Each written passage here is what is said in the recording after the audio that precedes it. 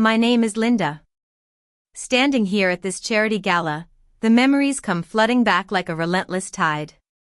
The rain streaks against the windows, blurring the city lights outside, while inside, the hum of conversation and the clinking of glasses are a stark contrast to the storm brewing within me.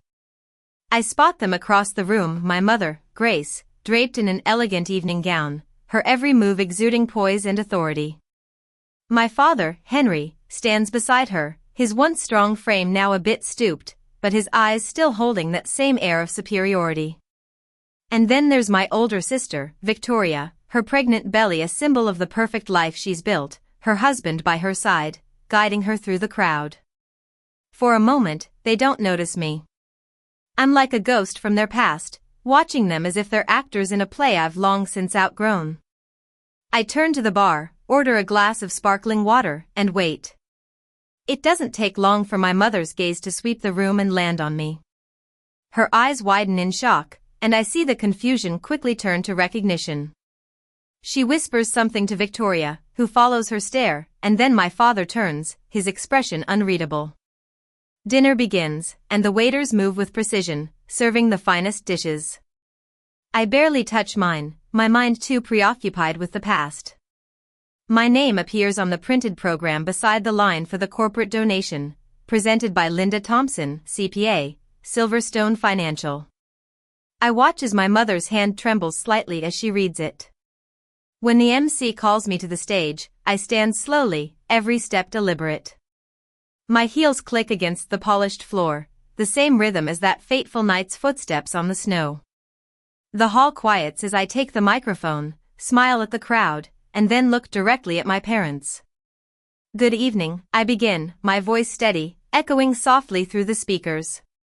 It's an honor to represent Silverstone Financial tonight. We're proud to support the Thompson Family Foundation's work with youth housing because no one deserves to be turned away from home. A murmur ripples through the audience, and my mother's face freezes. I continue, holding the oversized check. This donation comes from people who believe that everyone deserves a second chance. Sometimes when doors close, life opens another one. I learned that the hard way. I don't name names, but the silence says everything.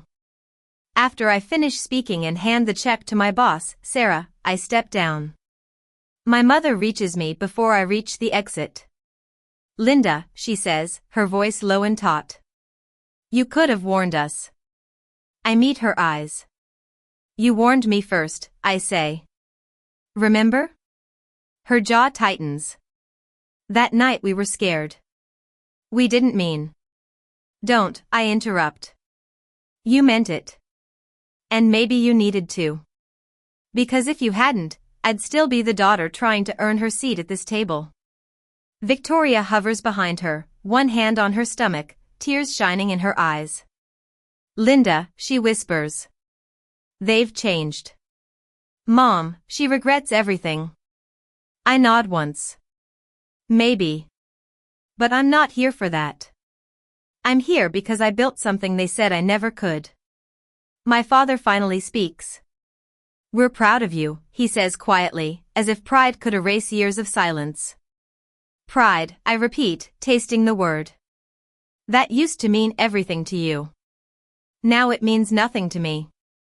Raymond, my boyfriend, appears beside me, his hand warm against my back. You okay?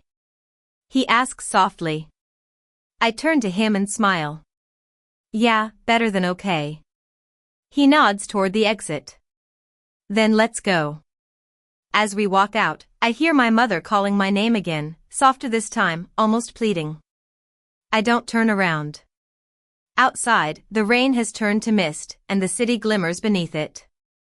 I inhale deeply, the air cool and clean. It all started years ago. I grew up in a wealthy family in Seattle, where appearances were everything. My parents, Grace and Henry, were obsessed with maintaining their social status. Grace was a perfectionist, always dressed to the nines, and she believed that a Thompson woman should be the epitome of elegance and sophistication. Henry was a man of few words, but he followed Grace's lead without question. Victoria was their golden child. She had a perfect GPA, a high-profile job, and a wealthy fiancé. At family gatherings, she was the center of attention, while I was often overlooked. I tried so hard to be the good daughter, helping with household chores, staying quiet, and never causing a fuss. But no matter what I did, it was never enough. When I was 22, I met Jake.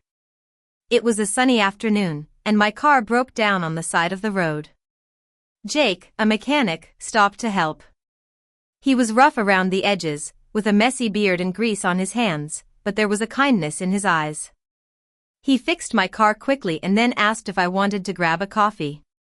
I said yes, and that was the beginning of a beautiful relationship. Jake's world was so different from mine. It was full of laughter, hard work, and authenticity. He didn't care about my family's wealth or status. He loved me for who I was. But I knew my parents would never approve. When I finally told my mother about Jake, she was horrified. "A mechanic, Linda? Really? You could do so much better," she said, her voice dripping with disdain. My father just shook his head in disappointment, and Victoria tried to reason with me, but I could see the judgment in her eyes. From then on, every family dinner became a battle. My mother would ask invasive questions about Jake's job, his income, and his future plans. I wanted to defend him, but I was too afraid of their anger. The tension in the house grew, and I started staying out late, using work as an excuse. One night, I overheard my parents talking about me. "She's throwing her life away with that boy," my mother said. "He'll never be good enough for her." I felt my heart break. I realized that in their eyes, I was nothing more than a pawn in their social game. Victoria's engagement party was the final straw. The ballroom was filled with elegance and luxury, but I felt like an outsider. My mother cornered me and said, "You should think about your future. Your sister is marrying into a good family. You're just wasting your time with that mechanic." I couldn't take it anymore. I excused myself and stepped outside. The rain was pouring, and I let the tears mix with the raindrops. Jake followed me out and put his jacket around me. "Let it go," he said. But I knew I couldn't. After that night, I stopped trying to please my parents.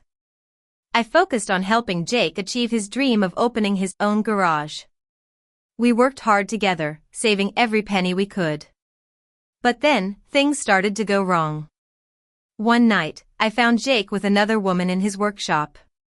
He said he was sorry, but I could see in his eyes that it was over. I packed my things and left, feeling completely alone. I was homeless for a while, sleeping in my car. One night, a kind bus driver named Tom noticed me shivering and took me to a cheap motel.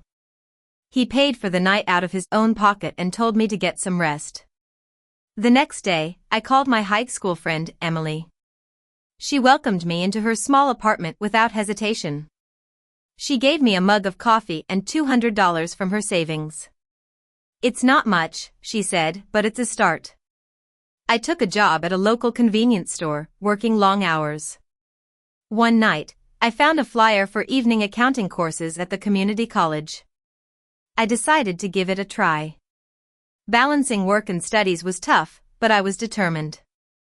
2 years later, I graduated and landed a junior accountant position at Silverstone Financial. It was hard work, but I loved it. That's where I met Raymond.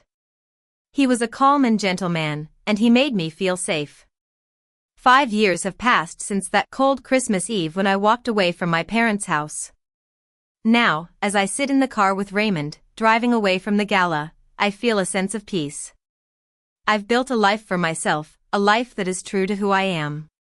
The rain continues to tap gently against the windshield, but it no longer stings. It's a reminder of the journey I've taken, the pain I've overcome, and the strength I've found within myself. I know that my parents may still be struggling with their pride, but I've learned that true happiness comes from within, not from the approval of others. As we turn onto my street, the neon sign from the corner cafe flickers, open 24 hours. I smile. 5 years ago, I was a lost and broken girl, but now I'm a woman who has faced the storm and come out stronger. Seattle may still rain, but I'm not cold anymore.